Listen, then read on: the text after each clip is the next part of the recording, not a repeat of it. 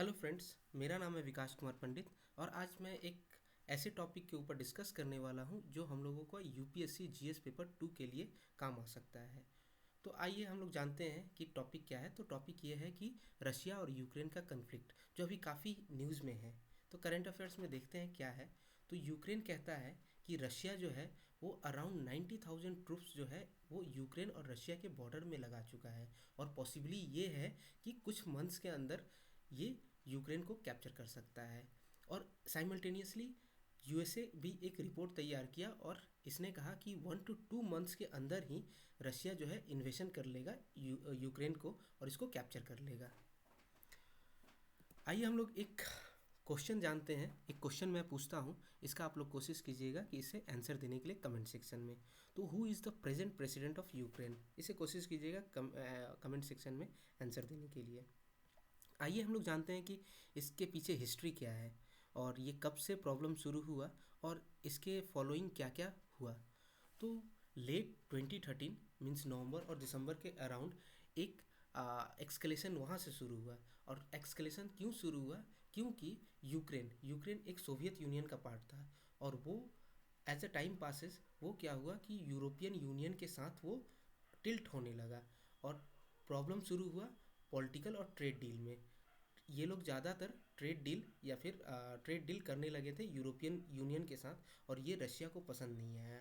और इसके अगेंस्ट में उसने क्या किया कि जो रशिया का दो रीजन है, मैं दिखाना चाहूँगा दो रीजन कौन कौन सा है। तो दो रीजन है डोनेट्स और लुहांस्क।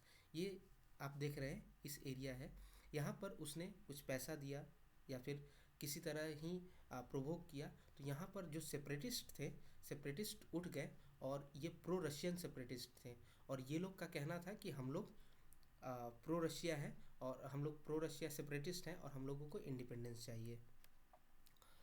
तो इसके फॉलोइंग में क्या किया, रशिया जो था 2014 में क्रीमिया को एनेक्स कर लिया और कहा कि यहाँ पर रशियन स्पीकिंग सिटीजन रहते हैं तो this part belong to Russia. और इसी के अगेंस्ट में हम लोग देख रहे हैं यहाँ पर जैसे लिखा हुआ है डोनेट्स और लुहांज, इसको कैप्चर कर लिया गया था। एक यहाँ क्वेश्चन आ भी सकता है, नहीं भी आ सकता है, मगर जानना बहुत ही इम्पोर्टेंट है कि यूक्रेन का कैपिटल क्या है। तो कीव, यहाँ कीव है। अब इसके ये जो प्रॉब्लम शुरू हो गया तो इस पर एक पीस डील साइन हुआ। तो मिन्स्क में पीस डील साइन हुआ। तो आप लोग कमेंट सेक्शन में ये बताइएगा कि मिन्स्क ये कहाँ पर है, किस कंट्री से रिलेटेड है ये। तो इस चीज़ को पीस डील को साइन किया गया था, ब्रोकर्ड किया गया था, साइन किया गया था कीव और मॉस्को के बीच में और ब्रोकर किया गया था फ्रांस और जर्मनी के बीच में। ये बहुत ही काफ़ी ही इम्पोर्टेंट है और ये 2015 में हुआ। और इसमें क्या कर दिया गया था कि सीज़ फायर कर दिया गया था, मगर जैसे जैसे समय पार होते गया सीज़ फायर का वायलेशन शुरू हो गया था और कहा जाता है कि 14,000 पीपल जो है वो डेथ हो गया था इसमें सीज़ फायर वायलेशन के अंदर। अब हम लोग देखते हैं कि यूरोपियन यूनियन और यूएसए का क्या रोल था। तो ये बहुत सारे जो भी ट्रेड डील रशिया के साथ होता था इसको यूएसए और यूरोपियन यूनियन कैंसिल करने लगे और इस पर बैन लगाना शुरू किए रशिया के ऊपर। ये यूरोपियन यूनियन और यूएसए किया और रशिया इसके रिस्पॉन्स में क्या बोला कि मॉस्को जो है या रशिया जो है वो देख रहा है कि यूक्रेन जो है वो टुवर्ड्स नाटो ज़्यादातर जा रहा है।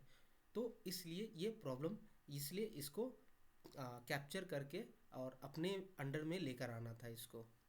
तो ये है, कोशिश कीजिएगा आप लोग नाटो के बारे में बताने के लिए और जो कमेंट सेक्शन में आप लोग कोशिश कीजिएगा इसका आंसर देने के लिए।